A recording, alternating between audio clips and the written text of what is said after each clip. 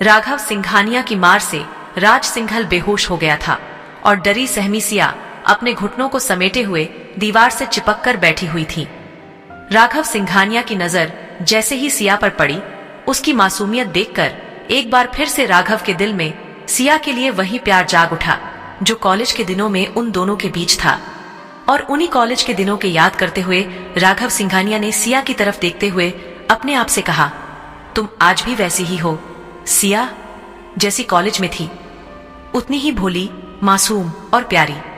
इसीलिए तो ये राघव सिंघानिया तुम्हें दिलो जान से ज्यादा चाहता था, लेकिन तुमने मेरे साथ। और फिर इतना सोचते हुए राघव सिंघानिया एक बार फिर से गुस्से में भर गया और गुस्से में अपने कदम आगे बढ़ाते हुए सिया की तरफ आ गया। सिया के पास आकर राघव सिंघानिया ने अपना कोट उतारकर सिया की तरफ फेंक दिया और बोला, ये लो, इसे पहनो और चलो मेरे साथ, मैं तुम्हें तुम्हारे घर ड्रॉप कर देता हूं।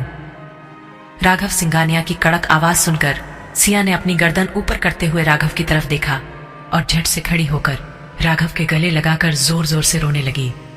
सिया को अपने गले लगकर रोता देख राघव ने उसके सिर पर हाथ फेरते हुए उसे चुप कराने की कोशिश की।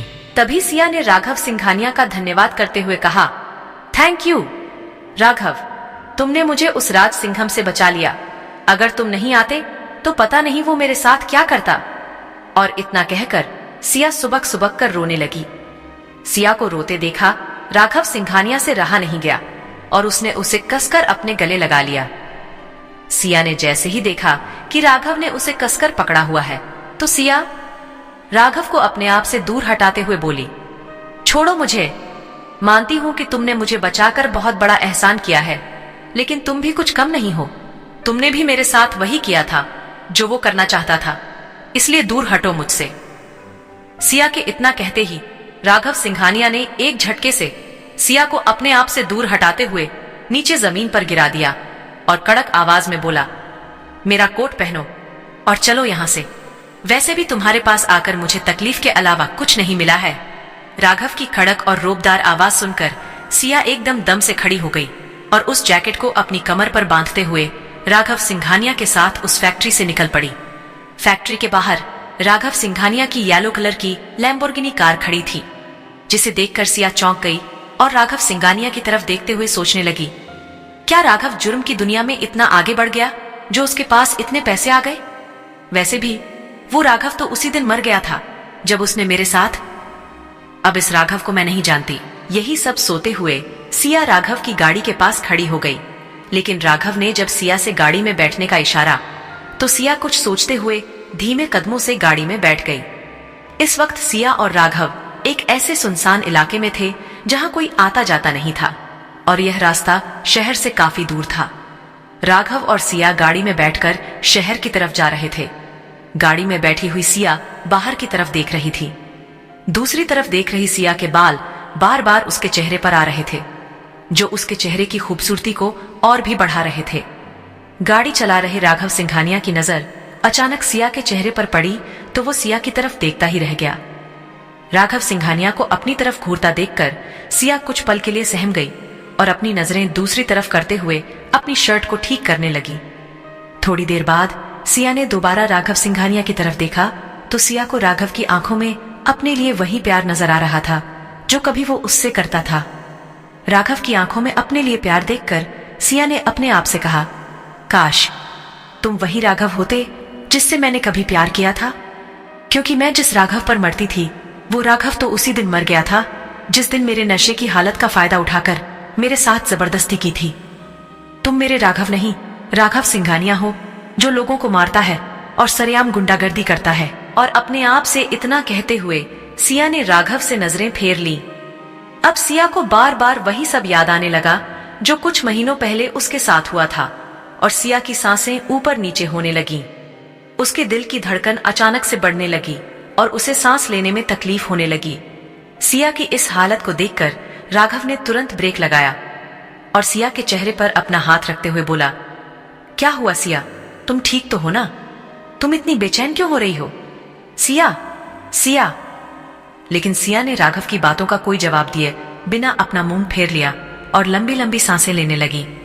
उसकी लंबी सांसें ले ही राघव समझ गया कि सिया को द्वारा पड़ा है कुछ महीनों पहले सिया के साथ कुछ ऐसा हुआ था जिसकी वजह से वो ट्रॉमा में चली गई थी, और आज राज सिंघल को जबरदस्ती करते देख और राघव सिंघानिया को अपने इतने पास देखकर सिया को फिर से दौरा पड़ा था। सिया को ऐसे दौरे पड़ते ही रहते थे, इसलिए वो अपने पर्स में अक्सर टैबलेट रखती थी जिससे वह नॉर्मल हो सके।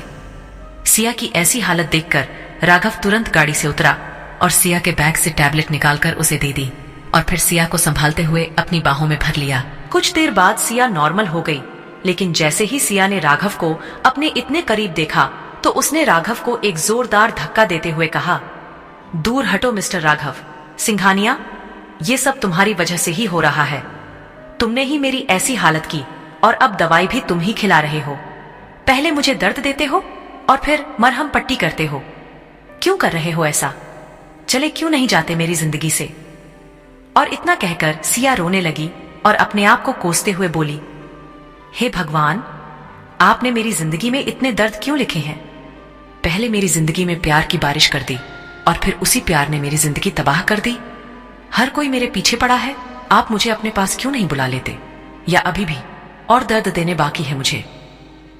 लेकिन सिया नहीं जानती थी कि अभी उसकी जिंदगी में क्या क्या होना बाकी है। आगे जो सिया के साथ होने वाला है उसके बारे में सिया तो क्या, राघव भी नहीं जानता कि कितना बड़ा खतरा सिया की तरफ बढ़ रहा है, और उस खतरे का नाम है ठाकुर विजय प्रताप सिंह, जैसलमेर के सबसे बड़े घराने का।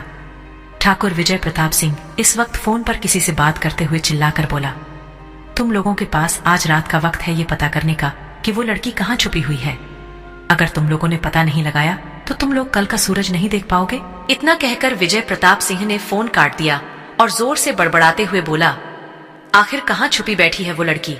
अगर एक बार मिल गई तो मैं उसे घसीटते हुए अपनी हवेली लेकर आऊंगा और अपने गांव को इस भयंकर श्राप से हमेशा के लिए मुक्त कर दूंगा। आखिर कौन है ठाकुर? विजय प्रताप सिंह। और वो जिस लड़की को ढूंढ रहा है, कौन है वो लड़की? कहीं वो लड़की सिया तो नहीं? सिया का राघव से क्या रिश्ता है और विजय प्रताप कौन है? इन सभी सवालों के जवाब जानने के लिए सुनते रहिए सीक्रेट ऑफ